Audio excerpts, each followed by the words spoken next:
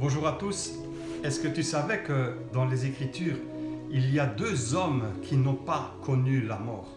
Je parle évidemment de Enoch et de Élie. C'est une préfiguration des choses qui vont arriver le jour de l'enlèvement. Il y a des personnes qui ne vont pas connaître la mort. Ils vont recouvrir un corps glorieux que Dieu va leur donner surnaturellement. Alors aujourd'hui, je viens vous parler de Enoch. Nous allons plonger nos regards dans le livre de Genèse, chapitre 5, au verset 24. Je lis avec vous les Écritures. Alors, Genèse 5, 24. Enoch marcha avec Dieu, puis il ne fit plus, parce que Dieu l'enleva. Dans ce chapitre, nous n'avons pas plus de références pour savoir pour quelle raison Dieu l'enleva.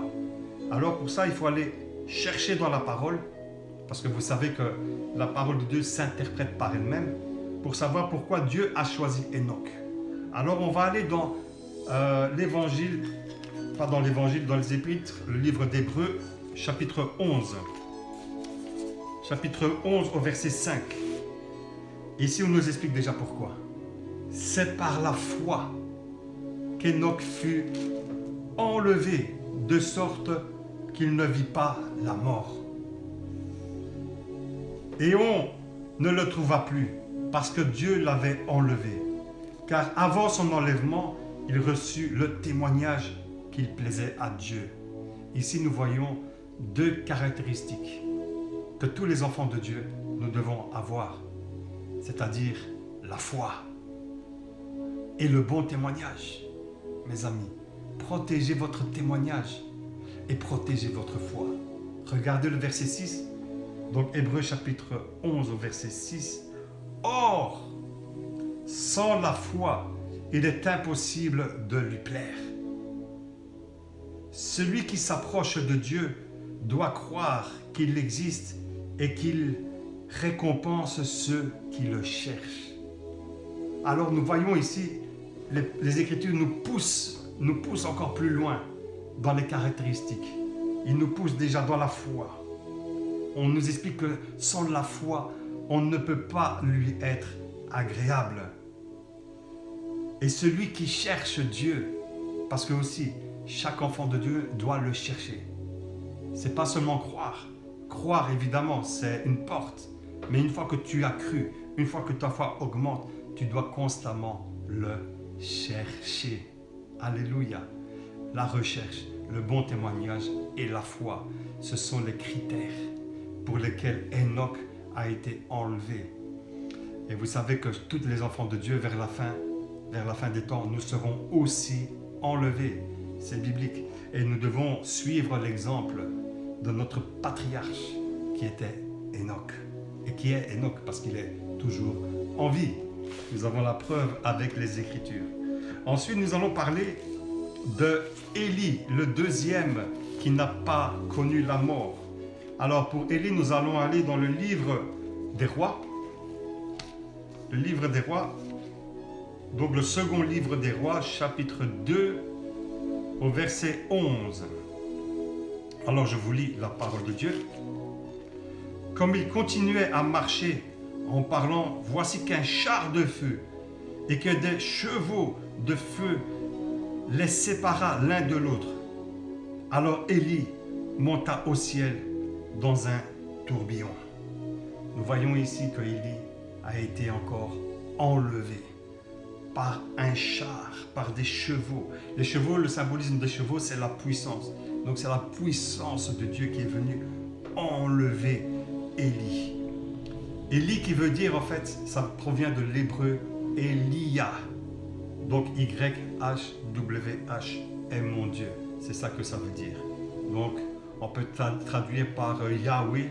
Certains traduisent par Jéhovah. En fait, Élie, dans son ministère, il avait une telle foi en l'Éternel qu'il était le seul contre tous les prophètes de Baal. Et il a mis au défi les prophètes de Baal. Au mont Carmel, il les a mis au défi pour voir qui va descendre. Si c'est Yahweh, Y-H-W-H, ou bien Baal. Évidemment, Baal n'a aucune force face au Dieu d'Élie, au Dieu d'Enoch, à notre Dieu. Et le Dieu de la Bible descendu et consuma l'offrande. Donc le Dieu de la Bible a vaincu sur le Dieu de tous les prophètes de Baal. Donc ici nous comprenons que ces deux personnages bibliques ont un dénominateur commun. C'est la foi, c'est l'obéissance envers Dieu et le bon témoignage, mes amis. Et je voudrais rajouter aussi que les prochains qui vont être enlevés sans connaître la mort, c'est l'Église. L'Église du Dieu vivant, l'Église de Jésus-Christ. L'Église de Jésus ne va pas connaître la mort. Certains vont ressusciter surnaturellement et Dieu va leur donner un corps glorieux. Et d'autres seront vivants comme moi, comme toi, qui m'écoutent. Et Dieu va changer leur corps également. Ils seront changés en un corps glorieux. Parce que dans le royaume, il n'y a pas de chair. Il n'y a aucune chair. La chair reste au limon de la terre. Reste dans cette terre charnelle. Alors je vais vous lire un autre verset. Dans 1 Thessaloniciens chapitre 4, au verset 15 jusqu'à 17. Nous allons lire ces trois versets. Voici en effet ce que nous déclarons d'après une parole du Seigneur. Nous les vivants, restés pour l'avènement du Seigneur, nous ne dévancerons pas ceux qui seront endormis. Car le Seigneur lui-même a un signal donné à la voix d'un archange, au son de la trompette de Dieu, descendra du ciel et les morts en Christ ressusciteront en premier. Ensuite, nous les vivants qui serons restés, nous serons enlevés ensemble avec eux dans les nuées à la rencontre du Seigneur dans les airs. Et ainsi nous serons toujours avec le Seigneur. Alléluia. Quelle promesse extraordinaire. Aujourd'hui, je voudrais appeler une personne qui ne connaît pas le Seigneur, qui le cherche et qui veut réellement tourner son cœur. Je vais prier pour toi, pour que tu te tournes réellement vers lui. Quand on se tourne réellement vers Dieu, c'est ce qu'on appelle la repentance. C'est qu'on a pris conscience qu'il y a une vie après. C'est qu'on a pris conscience du sacrifice de Jésus-Christ à la croix. N'oublie pas que Dieu, quand il est venu sur la terre, il s'est sacrifié lui-même pour que tu aies la vie éternelle.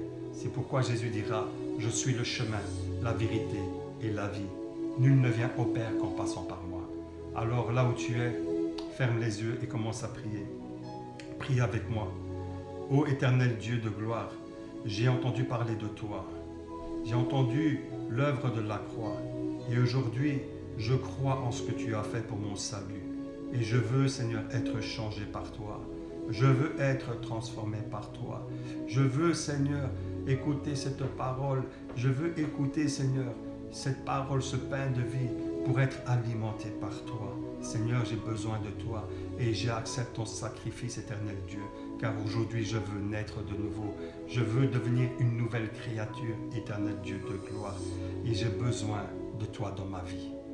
Hier, j'étais informé vide parce que tu n'étais pas dans ma vie. Aujourd'hui, comme tu es dans ma vie, Seigneur, je commence à renaître, je commence à être une nouvelle créature. Et j'ai besoin, Seigneur, de toi dans ma vie. Oh Yahweh de gloire, je te recommande ma vie entre tes mains, car j'ai besoin, Seigneur, de toi dans ma vie. Oh Yahweh de gloire, et je te dis encore merci, merci. Si tu as fait cette prière avec moi, sache que tu as fait un pas vers Dieu. Car n'oublie pas que Dieu a déjà fait un pas vers l'humanité il y a 2000 ans, en venant sur la terre, en venant ôter le péché du monde qui nous condamnait pour nous donner une vie en abondance dans son royaume. Aujourd'hui, tu as choisi la bonne part. Tu as choisi de vivre éternellement dans la gloire de notre Père céleste. Soyez bénis et que ce message vous touche au nom de Jésus. Amen. À bientôt.